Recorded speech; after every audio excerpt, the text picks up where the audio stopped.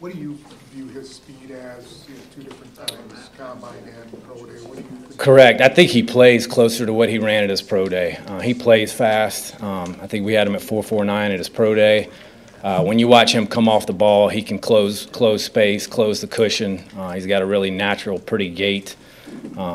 Yeah, we were not concerned with his play speed at all, and when he ran that 4.49 at his pro day, that kind of solidified what we saw on film. How about the drop passes? You know what? He's a guy, when you watch him play the game, he's pretty good after the catch. And I think when you watch him, a lot of the times he gets a little antsy. He wants to make a guy miss before he catches the football.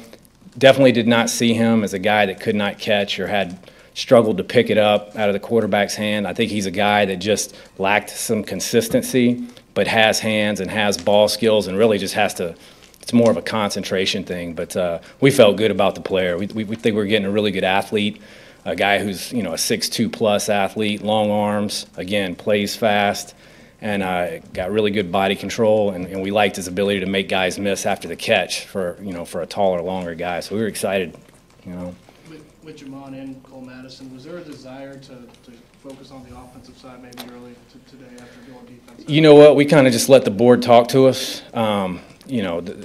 We kind of, as you guys well know, we're a best player available type of philosophy, and both those guys were sitting. The board was holding strong, and those guys were sitting where we had a chance to take them. So to answer your question, we just kind of followed the board there. You see him playing inside. Yeah, we think he has position versatility, but yeah, if you pin me down, he's probably going to start at guard. What stands out to you, Jon-Eric? And when I say start at guard, I mean that'll be the first place he lines up. Correct. What just stands out to you about his game? What he kind of did at Washington State? You know what? We like the fact that he played on the edge there. He has played tackle. He's a big man. He's got, we just think that the guys, he's got good instincts for the position. They play in a pass-happy offense out there. So, we like his feet. Again, we think he's a guy that has some position versatility. He'll probably line up first at guard, but if needed, could slide out to tackle like he did there. So excited about him and Jamon. Todd, you've obviously taken a lot of tackles over the years and put him at guard. What is the characteristics of that switch that makes it work?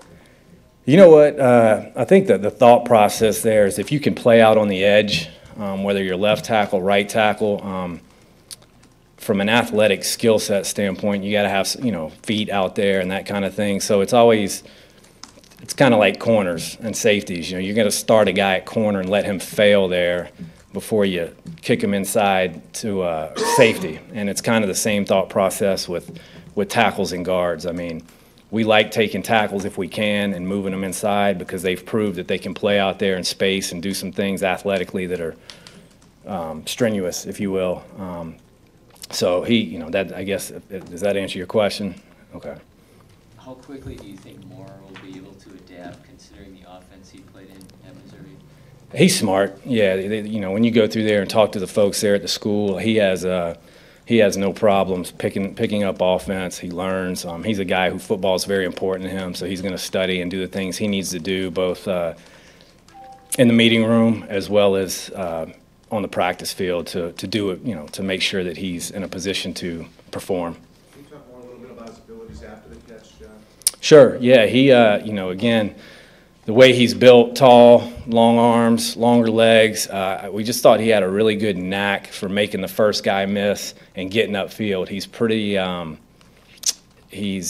pretty aggressive after the catch in terms of, like I said earlier, like a lot of times he's making his first move before he even really secures the ball, which, so I think that maybe was an issue with some of the drops, but by the same token, it takes a special athletic skill set to be able to do that time and time again, to instinctively feel it where a guy is on you, see and catch the ball, and kind of all in the same motion make a guy miss, and he's really good at that. One of the post-metric stats that's been floating around for the last month is that you guys had the slowest receiving core in the NFL last year. He doesn't have a great 40 time. Yeah. Why is that not important to you? Because he plays fast on tape. 40 times are great, and obviously we all covet speed. When you watch him play the game on film, there's never a time where you say, "Oh, this guy looks like he can't run." It's actually quite the opposite. You say this guy. I was surprised that he only ran 4.49. Does that make sense? When did you guys start to really kind of take an interest in him? You had him in for a visit. Yeah. Was it the Senior Bowl where he got more of your attention, or what? Early on, again, he's been a very productive player and a very competitive conference for 2 years. I want to say he's had 18 touchdowns over the last 2 years. I think he was right on the brink of 1,000 yards last year in 16 and went over. So obviously when you go into the process in early 17, you know that you're looking at a guy who's been a productive player. So we were on him really from the jump coming into the 17 season. And he continued to produce. Alonzo Dotson did an excellent job. He's the area scout. He identified him. I went in there as well, and he was a guy we liked all along. Thought he could play and thought he could come in here and help us. So here we are.